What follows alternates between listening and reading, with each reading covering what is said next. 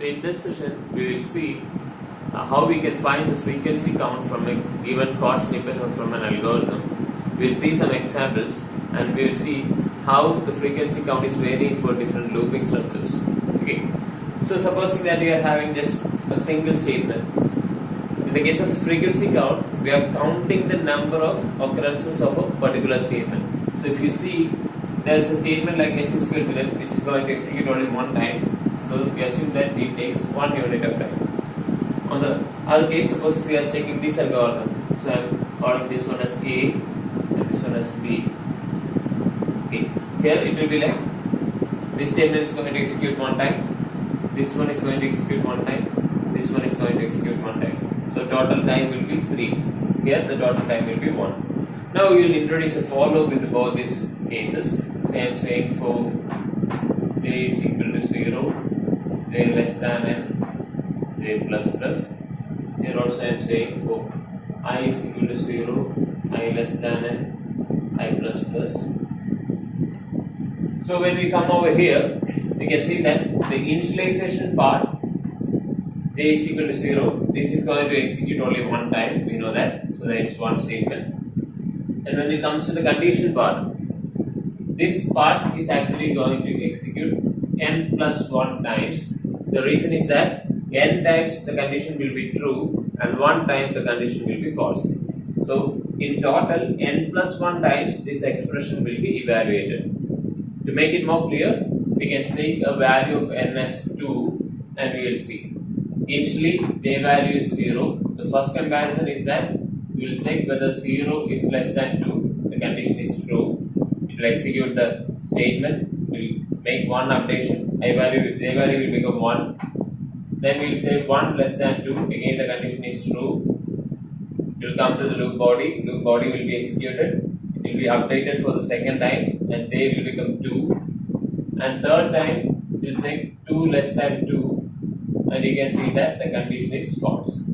So when the value of n was 2, the expression was evaluated 3 times, which means n plus 1 times. Out of this, n times the condition was true and 1 time the condition was false.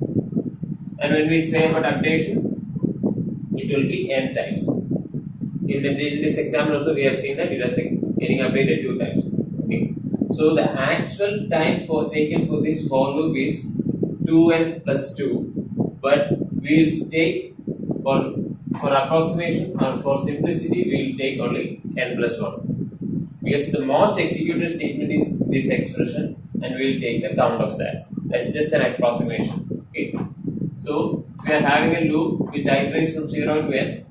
It will be iterating for, or this statement will be executed for n plus 1 times. Okay, fine. And you know that this statement takes 1 unit of time. And now this statement is inside the for loop. So you know the working of for loop. Whenever the condition is true, it will enter the loop body and loop body will be executed.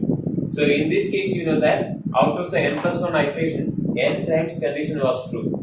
So this statement is going to get executed n number of times. So it will be 1 into n, that is n. So here the total time will be n plus 1 plus n, that is 2n plus 1. Okay. You can apply the same method over here. So this will take n plus 1 time and all these statements are inside the loop body, which means all the statements is going to get executed n times. A is equal to 10 is going to execute n times, B equal to 20 will execute for n times, S is equal to A plus B will execute for n times. So the total time will be 3n. So I can say f of n is equal to n plus 1 plus 3n, that is 4n plus 1. Okay. So I hope this is clear. So instead of writing these 3 statements, which all of these were taking 1 unit of time, so instead of that, I am simply putting a box, meaning that there was some set of statements over here and that set of statements were taking 3 unit of time. Then what was the total time? When I am iterating for n times, it will be just 3 multiplied with n, that is 3n time. Okay, hope the case is clear for you. Now here we know that this loop, it will take a time unit of 2n plus 1. Now what I am going to do is, instead of this loop body, I am copying this part. For j is equal to 0, j less than n, j plus plus, and inside that s is equal to 10. Suppose if this is the case, what will be the time complexity? Okay. The simple way of analyzing is that we can find the time complexity of this part, which we have already done, and we know that the time complexity for this statement is 2n plus 1. Okay. So whatever we here, it takes 2n plus 1 unit time, and this for loop will execute for n times. N times the condition is going to be true. So what will be the total time? It will be just 2n plus 1 into n. I hope this is clear. Because earlier case there were 3 statements for 3 unit of time, we will just say 3n. There is only 5. If there were 5 statements, we will say 5 into n. Similarly, now this part takes, or the time for this part is 2n plus 1. So for each iteration, it is going to take 2n plus 1 time. And how many such iterations are there? There are n such iterations. So you can simply write it like this. So it will be 2n square plus n. This will be the function. Okay. So instead of analyzing each statement, I can directly come up with this solution. After finding this, the time unit for frequency count for this one, I can replace it and I can multiply it. This will work only if the outer loop is independent of the inner loop, which means that suppose if say the condition is like if j is equal to 0, j less than n minus I, or if the number of iterations of inner loop depend on the outer loop, you cannot write like this. If these are independent, you can use this method, which will be much more simpler. Okay. So we will see another method. We will see the traditional way of finding the algorithm for finding the frequency count. So now you know that this statement is going to execute n plus 1. That's fine. Now j, how many times this loop is going to work? Here also j will move from 0 to n, which means this is also going to work for n plus 1 times. And if this loop works for n plus 1 times, this statement is going to execute for n times. So we will see when I value is 0, when I is 0, j is going to execute from 0 to n, which means n plus 1 iterations will be there, and s equal to 10 will be executed for n times. Then when I value becomes 1, I value will be incremented, condition is true, again it is going to execute. For that time also the inner loop is going to work for n plus 1 times, this loop is going to execute, and s is equal to 10 is going to execute for n times. So when I value was 0, it was 2n plus 1. When I is 1, again it is 2n plus 1. When I becomes 2, again it is 2n plus 1. And how many times I is going to work? It is going to work for n times. 0 to n minus 1 times, condition is true, this is total of n times. So this statement is going to execute for n times because of the outer loop. So this is how we will be writing the frequency count for each statement. So total f of n will be n plus 1 plus n square into n, that is n square plus n, next n into n plus n square, that is 2n square plus 2n plus 1. This is order of n square. So this is how we can analyze the frequency. Okay, I hope the idea is clear for you. So with this knowledge, we can try to solve the initial question, and we will see which of the algorithm was much better. Okay. After doing that, we will see much more complex structures. Thank you. So we will see some examples or different chords in tests, and we will try to find the frequency count for that. Okay. So we can see already we have seen the working of a for loop, how it works on a for loop. Now instead of incrementing by 1, we can see that the iteration is or the updation is I is equal to I plus 2. So our area of interest is that how many times this statement is going to get executed. Okay. So let's see. Suppose if n value is 10, how will be the how will I be varying? Initially I will be 0, then it will become 2, then 4, 6, 8, and when it comes to 10, the condition will be false. So instead of checking from 0, 1, 2, 3, 4, we are incrementing by 2. In another way, we can say it as half of the terms are being skipped. We will be skipping 1, we will be skipping 3, we will be skipping 5, and so on. So basically, instead of going for n iterations, you will be doing only n by 2 iterations.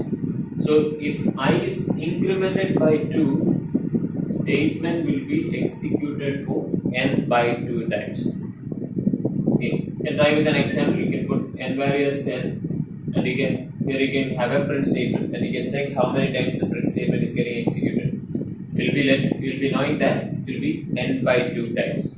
Okay, even if it is n by 2, when you say order, it will be order of n, because this is 1 by 2 into n. We will discard the coefficient part, and the highest degree term is n. So it will be order of n itself, but number of iterations will be n by 2. So we can generalize. Suppose if we are having a addition in the updation, if we are adding by some value, the number of statements will be executed will be n by that term. If it is I plus 5, the number of iterations will be n by 5. 5 is 3, it will be n by 3. Okay, I think it's clear for you. Now, similarly, when we are going to the multiplication part, here I is equal to 1, I less than or equal to n, I is equal to I plus 2. Suppose I am saying n is equal to say 16. How the I value will be varying? Initially I is 1, so 1 less than or equal to 16 condition is true. We have now how many times statement is going to execute. So next time I value will become 2, it is also true, 2 less than 16. Next time 2 into 2, 4, 4 less than 16. Next time 4 into 2, 8, fine. Next time 8 into 2, 16. So this first time the condition is going to be true. Okay. Now we have to find a formula for that. How many times this statement is going to get executed. So we will see how the value of I is varying. Here you can see that this is 2 power 0, this is 2 power 1, 4 means 2 power 2, 2 power 3, this is 2 power 4. Okay. So basically the I value is varying with respect to the power of 2. Okay. So how we can say, how we can find out how many times this statement is going to execute. So I am going to take an assumption. I am assuming that after k steps, or say after k plus 1 steps, this iteration is going to stop. After k plus 1 iterations, this statement is, this condition is going to be false. So after k plus 1 iterations, what will be the value of I? If there are 3 iterations, the value is 2 power 2. If there are 4 iterations, the value is 2 power 3. So if there are k plus 1 iterations, the I value will be 2 power k. Is it clear? For the first iteration, it is 2 power 0. Second iteration, it is 2 power 1. Third iteration, it is 2 power 2. For k plus 1 iteration, it will be 2 power k. And we are assuming that on the k plus 1 iteration, the condition is becoming false. Which means, I am assuming that 2 power k is greater than n, because this condition is getting false, so it should be greater than n. Now for approximation, I am saying 2 power k is approximately equal to n. In that case, so one more thing, if it is executing for k plus 1 time, and for the k plus 1 iteration condition is false, which means this statement is going to execute for k times. Okay, k times condition was true, so statement is executing k times, and on k plus 1 iteration condition is getting false. That's what our assumption was. This means statement is going to get executed k times. So now our job is to find the value of k with respect to n. So that only we are doing this approximation. Okay. So k plus 1 step I is equal to 2 power k. We are, as k plus 1 state condition is false, we can say that 2 power k is greater than n. We are approximating it. We are approximating as 2 power k is equal to n, which means k is equal to log n to the base 2. So we found out the value of k, and we earlier itself we found that the statement is going to execute for k times, which means with respect to n, this statement is going to execute for log n to the base 2 times. Okay, this is a very important one. In many occasions, we will be seeing like this. Okay, so whenever you see a multiplication symbol, for your reference or for your simplicity, you can make sure that it is going to be in terms of log. Okay, suppose if I am saying I is equal to I into 3, it will be log n to the base 3. If it is I into 5, it will be log n to the base 5. If it is 2, it will be log n to the base 2. Okay, I hope the calculation part is also clear for you.